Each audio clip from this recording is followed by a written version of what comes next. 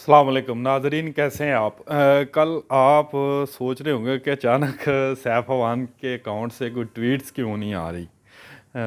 कल 10 साढ़े 10 बजे तक मैंने ट्वीट्स की थी, उसके बाद नहीं की। जब मैंने 8 बजे एक ट्वीट की कि परवेज़ इलाही एतमाद का वोट लेंगे, आज ही लेंगे ये फ़ैसला हो गया। तो असल में कल ये इमरान ख़ान की ज़मान पार्क में एक मीटिंग हुई थी परवेज़ इलाही से, उसके बाद ये फ़ैसला किया गया था। अब हुआ क्या पंजाब असम्बली में, असल स्टोरी क्या थी, मैं वो आपको बताना चाहता हूँ। ये तकरीबन 10:30 बजे के करीब परवेज़ इलाही पंजाब असम्बली आते हैं।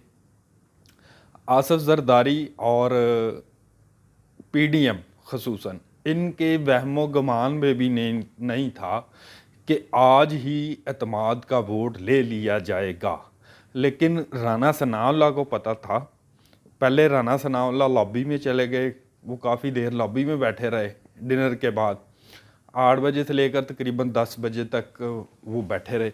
फिर जैसे ही उनको एक फ़ोन कॉल आई, मैसेज आया, फिर तो वो हाउस में वापस आ गए, गैलरी में, मेहमानों की जो गैलरी ऑफिशियल गैलरी होती है उसमें वापस आ गए।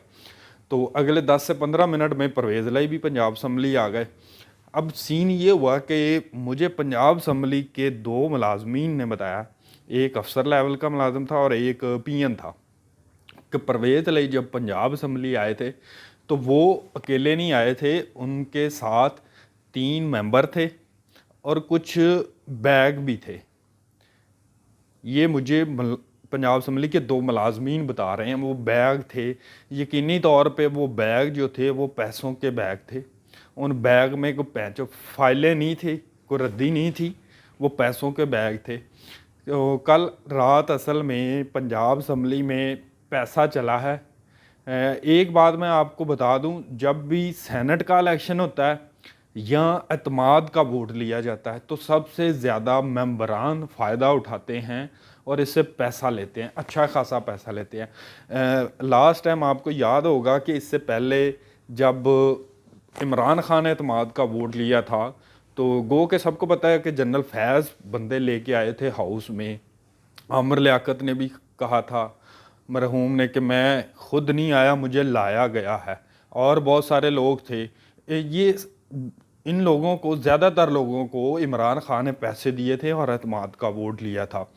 और इसके बाद जब परवेज़ इलाही वज़ीर आला बने थे तो उस वक़्त भी अच्छे खासे पैसे दिए गए थे।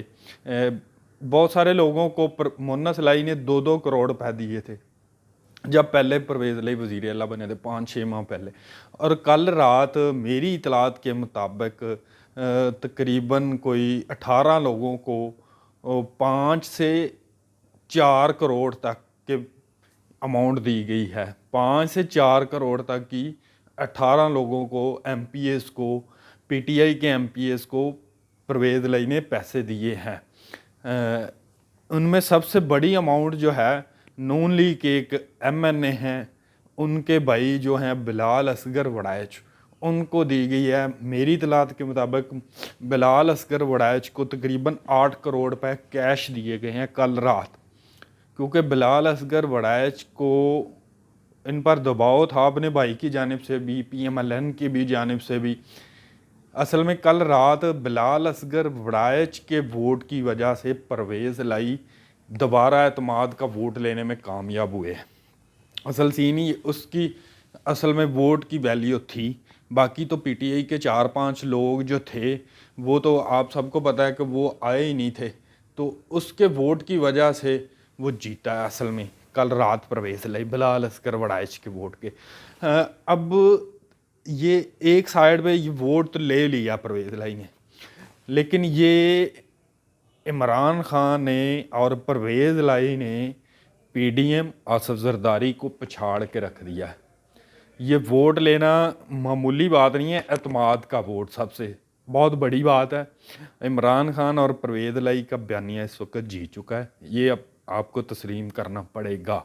चाहे उन्होंने पैसे से वोट लिया, चाहे उन्होंने लोगों को मजबूर किया कि आप ही हमारे लिए आखिरी और पहली ऑप्शन है।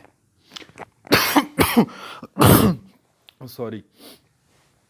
यार देखें, गेम में जो जीता वही सिकंदर, और जो हार गया वो लूज़र। और परवेज़ लाई जी चुके हैं, वही सिकंदर है। और कल का मैच जो है वो राना सनाउल्लाह और अता तारर हारे हैं, बहुत बुरी तरह हारे हैं।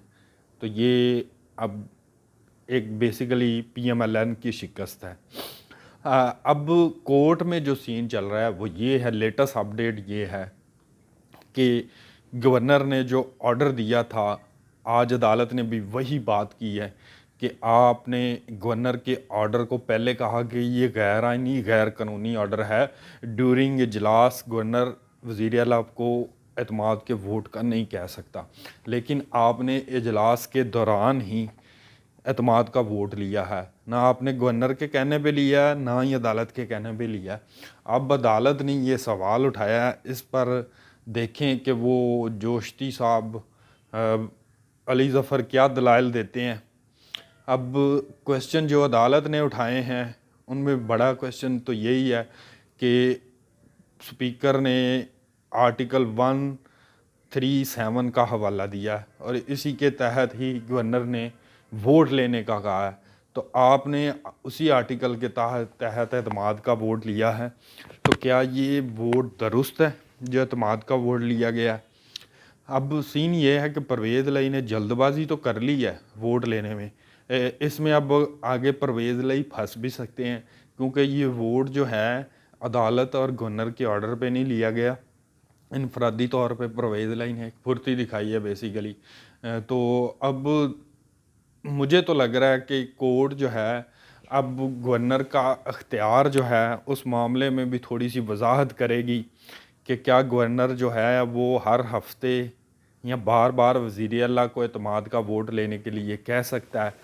तो अब परवेज़ लाई जो हैं आने वाले दिनों में मुझे लग रहा है कि एक मरतबा फिर उनको एतमाद का वोट लेना पड़ेगा, क्योंकि ये जो वोट लिया गया है ये जल्दबाजी में लिया गया है।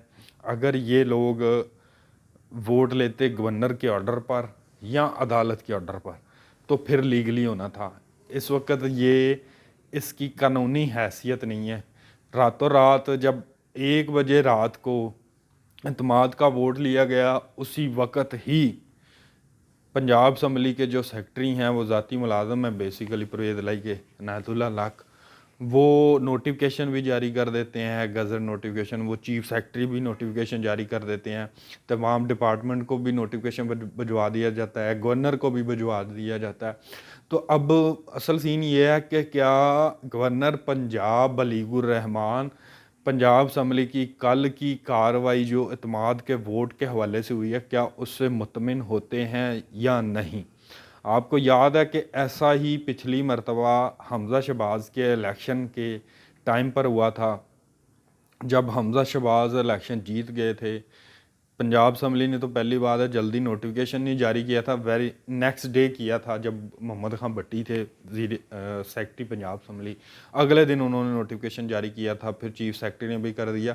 लेकिन गवर्नर पंजाब उमर सरफराज चीमा थे, उन्होंने उस नोटिफिकेशन को कबूल नहीं किया, कहा था कि ये नोटिफिकेशन गलत है, ये इलेक्शन असम्बली की कार्रवाई ही गलत है, गैर कानूनी और गैर आइनी है, तो लिहाजा मैं हमज़ा शहबाज से हलफ नहीं लूँगा। अब यही सीन गवर्नर पंजाब भी कर सकते हैं कि वो अगर मुतमिन होंगे पंजाब असम्बली की कार्रवाई से तो ही इस नोटिफिकेशन को गज़ट को तस्लीम करेंगे। तो अब मैंने आपको पहले भी बता दिया, मुझे लग रहा है कि परवेज़ लाई को दोबारा एतमाद का वोट लेना पड़ेगा। ये इतना आसानी से मामला नहीं है कि जितना परवेज़ लाई ने समझ लिया। तो अब देखें क्या होता है, इंतज़ार करें। कल फिर मिलेंगे दोबारा नए वीलॉग में। अपना ख्याल रखिएगा। अल्लाह हाफ़िज़।